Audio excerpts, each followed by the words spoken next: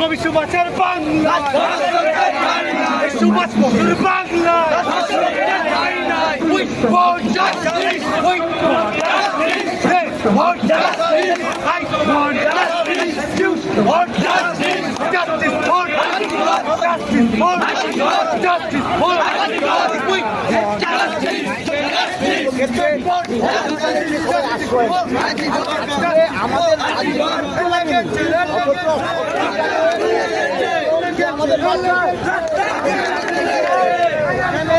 নৃশংসভাবে মৃত্যুবরণ করলো এবং ধর্ষিতা হলো।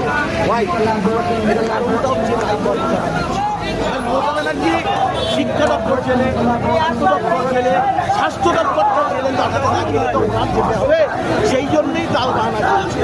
তবে আমরা এইটুকু বলতে পারি যে 5 তারিখ পর্যন্ত আমরা দেখবো 5 তারিখে সুপ্রিম কোর্টের কি রায় আসে, ভার্ডিক্ট আসে, তারপরে আমাদের সিডিও কমপ্লেক্স অভিযান চলবে। কারণ সিবিআইকে ওই সারদা নিবেদার মতন তলানিতে ঠেলে দিতে দেবো না। এটা যদি মমতা ব্যানার্জি ভুলে যায় যে আইএসএফ কিন্তু পথে থাকবে, সবাই চলে গেলেও বাইরে গিয়ে আইএসএফ লড়াইটা করছে। তৃণমূলের বিজেপির বাইনারি পলিটিক্সের মধ্যে আইএসএফ নেই।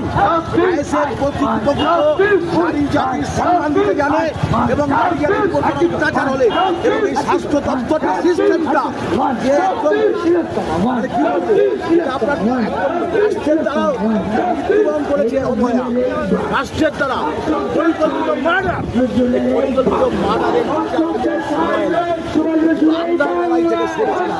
আমরা শুধু নয় সাধারণ মানুষ রাস্তায় নেমেছে।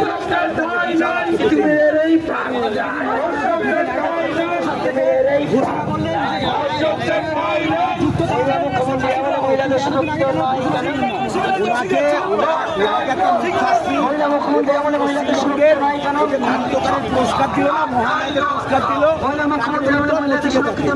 পশ্চিমবঙ্গে যদি মহানায়িকার কোনো পুরস্কার দিতে হয় তাহলে ওনাকে দিতে হবে। কেন দিতে হবে? কেন দিতে হবে? একটাই কারণ, জানেন যে 7 দিনে ফাঁসি দেওয়া যায় না। তার কারণ হচ্ছে একটা ধর্ষক প্রকৃত সে ধর্ষক কিনা তার এভিডেন্স লাগে। কারণ সে এভিডেন্সটাকে লোপাট করে দিয়ে চার্জ করে উনি 7 দিনে ফাঁসি দেবেন কোথার থেকে? আজকে পরতে পরতে আপনারা দেখছেন যে পুরো এভিডেন্স লোপাট হয়ে গেছে।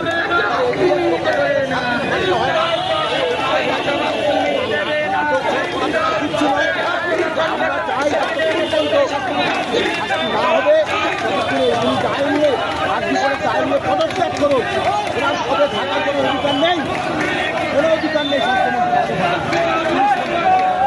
একদম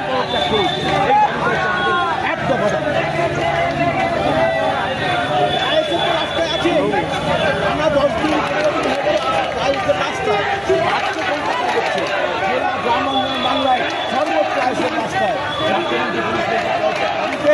অভয় বিচারের দাবিতে খাদ্য দপ্তর, শিক্ষা দপ্তর, খাদ্য দপ্তর জেলে চলে গেছে, খাদ্য দপ্তর জেলে গেলেই পড়ে যাবে।